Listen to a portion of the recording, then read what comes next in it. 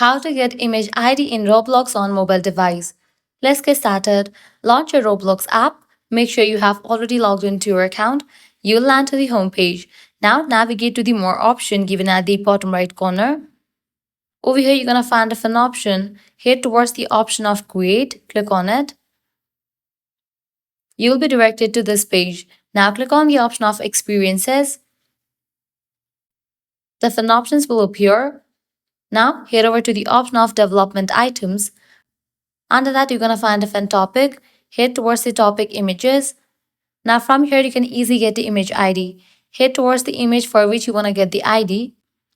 At the top right corner of each image, you're going to find three dots. Click on it. You'll get two options. Click on the option of Copy Asset ID. And just for that, you have gotten the ID for this image. If you want to get the decals ID, you can head over to the decals section. Now for the decals as well, you'll get three dots at the top right corner. You have to click on it. Then you can click on Copy Asset ID. So this way you can easily get Image ID in Roblox on a mobile device. If this guide was helpful, don't forget to like, share and subscribe to our channel. Thanks for watching.